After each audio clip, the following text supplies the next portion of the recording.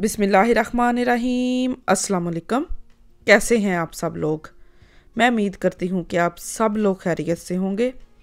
अल्हम्दुलिल्लाह हम भी बिल्कुल ठीक हैं और मैं दुआ करती हूँ कि अल्लाह ताला आप सबको जहाँ भी रखे हमेशा खुश और अपने हिफ्ज़ व अमान में रखे। आमीन। इसी दुआ दे नाल अज दे अपने इस व्लॉग दा कर लैंदे आ आगाज़। ते कल दी वीडियो च तुसीं देखिया सी कि मैं बनाया सी साग, ते साग राती लेट हो गई सी बनांदे बनांदे ते मैं इंज ही रख दिता सी। आज सुबह उठी हूँ तो मैंने कहा सबसे पहले जो है ना वो आज साग वाले पराठे बनाती हूँ। तो वो सामने देचकी पड़ी है, वो तो ठंडी हो गई थी, साग तो ठंडा हो गया था रात भर में। तो अब जो है वो मैं आटा गूंदने लगी हूँ। आटा गूंद के तो बनावांगे साग वाले परोठे। तो थोड़े नाल भी जिहड़े ना शेयर करांगे कि मैं किस तरह जिहड़े ना साग वाले पराठे बनानी हाँ। कुछ लोग जिहड़े पेड़े च रख के बनाते हैं, कुछ लोग जिहड़े आ वो दो रोटियां बना के विच, लेकिन मैं जिहड़ा ना वो इंज आटा गुन के ना आटे दे विच ही मिक्स करके गुन के विच नमक मिर्च ते थोड़ा जिहा पा लेना, क्योंकि आटा जिहड़ा ना वो तो हुंदा है फिक्का ना बिल्कुल। तो वो इसमें नमक और मिर्चें डाली हैं। उसके बाद इसमें मक्खन डाला था। मक्खन से ये है कि पराठे बहुत मज़ेदार और ज़बरदस्त से तैयार हो जाते हैं।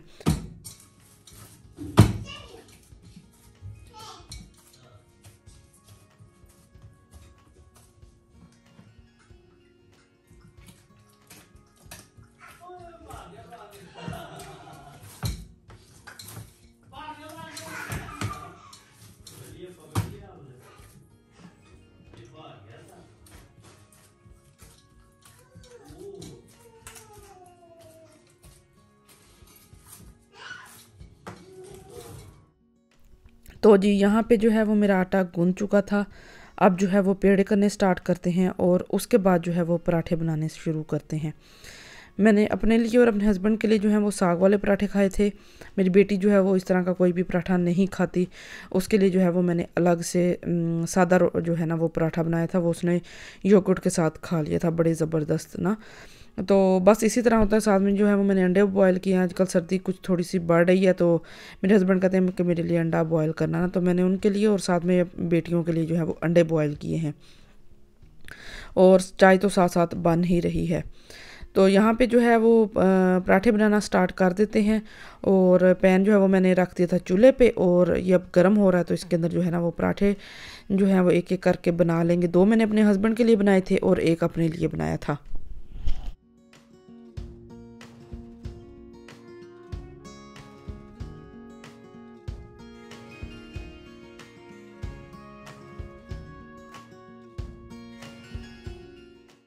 सर्दियों के जो हैं वो यही तो फ़ायदे हैं कि इसमें मुख्तलिफ़ तरह के जो हैं वो खाने, बड़े ज़बरदस्त ज़बरदस्त किस्म के खाने जो हैं वो होते हैं। इसमें पराठे, कभी मूलियों वाले पराठे बना लिए, कभी साग वाले पराठे बना लिए, कभी आलू वाले पराठे। तो बस सर्दियों में जो है ना वो इन्हीं चीज़ों का जो है वो सबसे ज़्यादा जो है वो मज़ा आता है। और कभी पिनिया बना ली, पंजीरी बना ली, कभी कोई चीज़ कभी कोई चीज़। बड़ी रौनक वाली जो हैं वो सर्दियां होती हैं। और साथ में खुश्क मेवाजात, मूंगफली वगैरह। पाकिस्तान ते मूंगफली बड़ी रज रज के खाई दी सी, इत्थे इन्नी मज़े दी मूंगफली नहीं मिलती, लेकिन शुक्र अल्हम्दुलिल्लाह बाकी चीज़ां जड़ियां वो बड़ियां मिल जांदियां।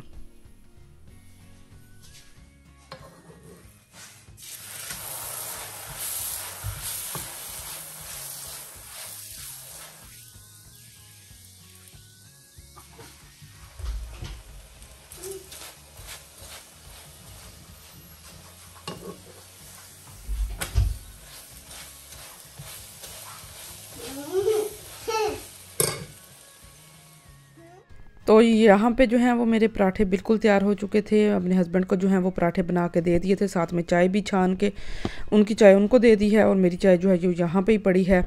और साथ में अब जो है वो मेरा पराठा भी बन गया था। अब सबसे एंड पे जो है वो अपनी बेटी के लिए बनाऊंगी, क्योंकि वो नाश्ता जो है वो मेरे साथ करती है। मेरे हस्बैंड उसको कहते रहते हैं कि आओ मेरे साथ नाश्ता करो, लेकिन वो नहीं करती, वो मेरा इंतज़ार करती है। तो इसलिए फिर मैंने ना उसका पराठा जो है वो एंड पे बनाया था, साथ में अपना पराठा और साथ में 1 कप चाय ना। तो यहाँ पे जो है ये देखिए मेरी बेटी जो है छोटी, माशाल्लाह से इसने चलना स्टार्ट कर दिया है। अल्हम्दुलिल्लाह, शुक्र अल्हम्दुलिल्लाह। अभी ये 10 माह की है और अल्हम्दुलिल्लाह इसने कुछ कदम जो हैं वो उठाने स्टार्ट कर दिए हैं। तो नाश्ता वगैरह करने के बाद अब मैं लगी थी, सफाइयाँ वगैरह मैंने सारी कर दी हैं, किचन भी साफ़ कर दिया था, बर्तन वगैरह भी धो दिए थे। अब मैं यहाँ पे लगी थी अपने हस्बैंड के कपड़े इस्त्री करने। काफ़ी ज़्यादा कपड़े उनके इकट्ठे हुए थे, शर्टें वगैरह और पैंट। तो मैंने कहा चलो इस्त्री करके रख देती हूँ, आज थोड़ा सा टाइम जल्दी काम फारग हो गया था, तो मैंने कहा जल्दी जल्दी इनके कपड़े इस्त्री करके रख देती हूँ जितने धुले थे। तो वो सारे जो हैं वो मैं यहाँ पे अब स्टैंड से उठा के इधर ही स्टैंड में पड़े होते हैं, ताकि मुझे देख के याद आ जाए। अगर मैं अलमारी में रख देती हूँ फिर मेरा वो जहन से निकल जाता है कि कपड़े भी इस्त्री करने वाले हैं। तो आज मैंने सोचा कि यहाँ पे जो है ना वो सबसे पहले अपने हस्बैंड के कपड़े इस्त्री करती हूँ। इस्त्री करके इनको अलमारी के अंदर जो है वो लटका देती हूँ, फिर जो मर्ज़ी उठा के पहने, कोई टेंशन नहीं होती।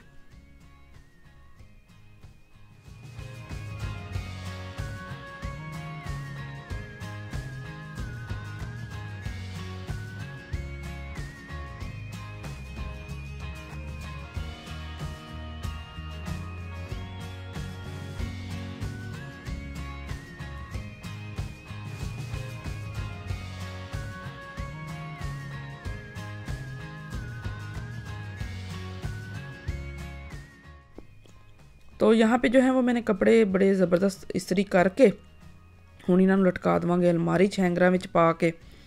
ਤੇ ਸਾਡਾ ਜਿਹੜਾ ਇਸਤਰੀ ਵਾਲਾ ਕੰਮ ਹੈ ਨਾ ਉਹ ਵੀ ਖਤਮ। ਬੱਚਿਆਂ ਦੇ ਜਿਹੜੇ ਨਾ ਉਹ ਮੈਂ ਨਾਲ ਹੀ ਇਸਤਰੀ ਕਰ ਲੈਂਦੀ ਹੁੰਦੀ ਹਾਂ, ਆਪਣੇ ਵੀ। ਜ਼ਿਆਦਾ ਮੈਨੂੰ ਇਹਨਾਂ ਦੇ ਕੱਪੜਿਆਂ ਦੀ ਟੈਨਸ਼ਨ ਹੁੰਦੀ, ਕਿਉਂਕਿ ਇਹਨਾਂ ਦੇ ਕੱਪੜਿਆਂ ਦਾ ਬਹੁਤ ਰੌਲਾ ਹੈ, ਬਹੁਤ ਇਹਨਾਂ ਦੀ ਸਿਰ ਦਰਦੀ ਹੈ ਕੱਪੜਿਆਂ ਦੇ ਮਾਮਲੇ 'ਚ। ਅਤੇ ਇਸ ਵਾਸਤੇ ਇਹ ਜਿਹੜੀ ਨਾ ਸਿਰ ਦਰਦੀ ਮੁਕਾਉਣ ਵਾਸਤੇ ਮੈਂ ਇੱਕ ਵਾਰੀ ਇਸਤਰੀ ਕਰਕੇ ਸਾਰੇ ਰੱਖ ਦੇਣੇ ਹੁੰਦੇ ਆ।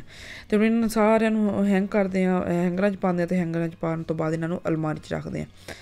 ਅਤੇ ਮਾਸ਼ਾਅੱਲਾ ਜਿਹੜੇ ਕੰਮ ਕਰਨ ਲੱਗੋ ਨਾ, ਨਾਲ ਹੀ ਮੇਰੀਆਂ ਬੇਟੀਆਂ ਵੀ ਆਪਣੇ ਕੰਮ ਜਿਹੜਾ ਨਾ ਉਹ ਕਰਵਾਉਣ ਵਾਸਤੇ ਪਹੁੰਚ ਜਾਂਦੀਆਂ। ਅਤੇ ਇੱਥੇ ਦੇਖੋ ਮੈਂ ਸਾਰੇ ਕੱਪੜੇ ਜਿਹੜੇ ਨਾ ਇੰਝ ਤਰਤੀਬਵਾਰ ਇਸਤਰੀ ਕਰਕੇ ਤੇ ਰੱਖੇ ਹੋਏ ਆ।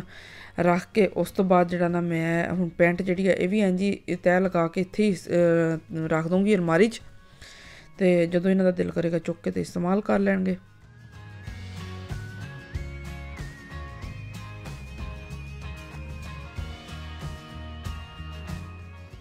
ਅਤੇ ਜਿਹੜੀ ਅਨਾਬੀਆ ਹੈ ਇਹਨੂੰ ਮਾਸ਼ਾਅੱਲਾ ਬੜਾ ਸ਼ੌਕ ਹੈ, ਹਰ ਕੰਮ ਦੇ ਵਿੱਚ ਜਿਹੜਾ ਨਾ ਇਹਨੇ ਪਹੁੰਚਣਾ ਹੁੰਦਾ ਮੇਰੇ ਤੋਂ ਪਹਿਲੇ। ਸਾਰਾ ਦਿਨ ਮੇਰੇ ਪਿੱਛੇ ਪਿੱਛੇ ਫਿਰਦੀ ਹੈ ਨਾ।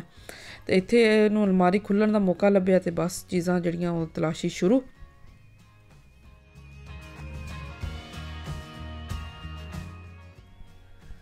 तो यहाँ पे जो है वो सारे काम ख़त्म करने के बाद नमाज़ें अदा की हैं। नमाज़ें अदा करने के बाद अब मैं अपने बच्चों को लेके आ गई थी बाहर। बाहर का मौसम कुछ इसी तरह का है, बादल बने हुए थे। और बस सुबह सुबह उठते हैं तो सारा दिन जो है वो धूप होती है। जब मैं बच्चों को लेके बाहर आने का बारी आती है ना, तो सारी धूप पता नहीं कहाँ गायब हो जाती है और इस तरह के बादल आ जाते हैं। तो अब ठंड जो है वो मज़ीद बढ़ना स्टार्ट हो चुकी है। तो ये यहाँ पे स्लाइड ले रही थी और साथ साथ खेल रही थी। बच्चों को अच्छा खासा यहाँ पे जो है वो घुमाया फिराया, इनको सैर सपाटे करवाए हैं। सैर सपाटे करवाने के बाद वो घर वापस जाएंगे और फिर अपने काम जो है वो दोबारा से शुरू कर लेंगे। तो सारा दिन जो है वो कामों में पता ही नहीं चलता। आजकल दिन वैसे ही बहुत ज़्यादा छोटे हो गए हैं, तो बच्चों को लेके जाते जाते भी ना अच्छा खासा जो है ना वो शाम हो ही जाती है। तो यहाँ पे मैं अपनी बेटी के लिए बना रही थी पिज़्ज़ा। ये मुझे कहती है मुझे पिज़्ज़ा बना के दो। तो ये सादा रोटी के ऊपर ना जो आटा होता है उसी के ऊपर मैं ये टमाटो पेस्ट थोड़ी सी लगा के ऊपर माइस डाल के और ऊपर केज़े वगैरह डाल के ना, तो इसी का तंदूर के अंदर रख के तो रोटी का वही पिज़्ज़ा बना देती हूँ। तो माशाल्लाह बड़ा खुश होकर खा लेती है। तो यहाँ पे जो है इसका पिज़्ज़ा तैयार हो चुका था और अब इसको काट के इसको दूँगी तो ये बैठ के आराम से अपना खा लेगी।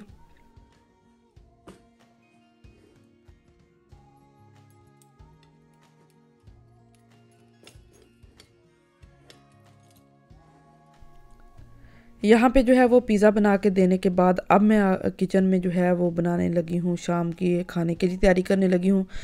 तो ये जो साग कल मैंने बनाया था ना, बाकी तो सब का मैंने पैकेट बना के रख दिए थे और ये मैंने थोड़ा सा निकाल लिया था कि शाम को ना इसी को तड़का लगा लूँगी, क्योंकि कल तो मैंने खाया नहीं था। तो आज मैंने सोचा कि मैं जो है ना इसी का जो है वो तड़का लगा लेती हूँ, आज शाम को यही चल जाएगा। तो अब जो है वो साग को तड़का लगाने की तैयारी कर रही थी। यहाँ पे छोटा सा प्याज लिया, 2 से 3 जवे जो हैं वो लहसुन के लिए हैं और साथ में अदरक लिया है। तो मक्खन के अंदर मैं तो तड़का लगाती हूँ। मेरा तड़का लगाने का स्टाइल यही है कि मैं हमेशा जो है वो मक्खन के अंदर ही लगाती हूँ। तो यहाँ पे सबसे पहले मक्खन डालूँगी। मक्खन डालने के बाद इसमें प्याज और लहसुन जो बारीक बारीक काट के रखा है वो डालूँगी। जब वो भुन जाएगा उसके बाद उसमें अदरक डालूँगी और उसमें जो मैंने साग रखा हुआ है वो डाल के, तो बस मेरा साग जो है उसको तड़का लग जाएगा।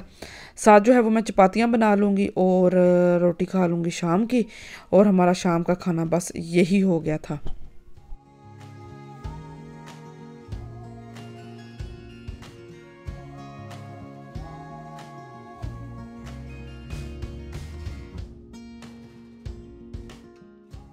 तो यहाँ पे जो है वो मैंने साग को तड़का लगा के इसको साइड पे कर दिया था। अब बनाने लगी हूँ यहाँ पे रोटियाँ।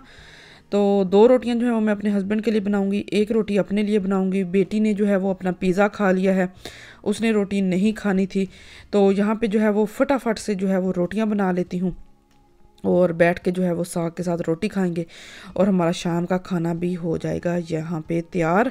और हस्बैंड जो है वो तो थे काम पे, उनकी रोटी जो है वो मैंने बना के रख दी थी कि जब वो आएंगे आके अपनी रोटी जो है वो खा लेंगे।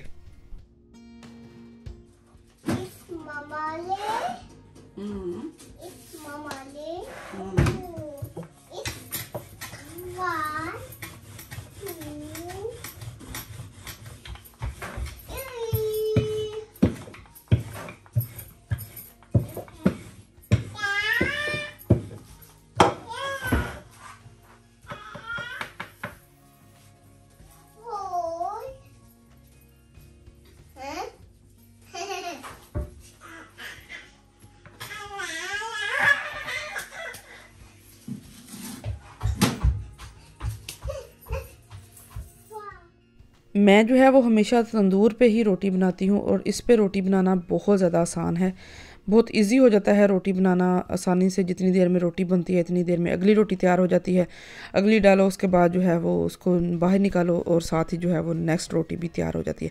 फटाफट 5 से 7 मिनट में जो है वो रोटियां बन जाती हैं।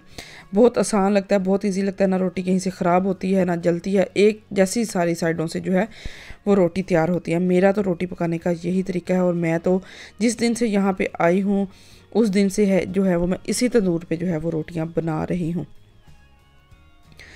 तो यहाँ पे जो है वो मेरी रोटियाँ भी तकरीबन आलमोस्ट सारी तैयार हो चुकी हैं। तो उसके बाद जो है रोटियाँ तैयार करने के बाद साफ़ करूँगी, यहाँ की सफाई करूँगी।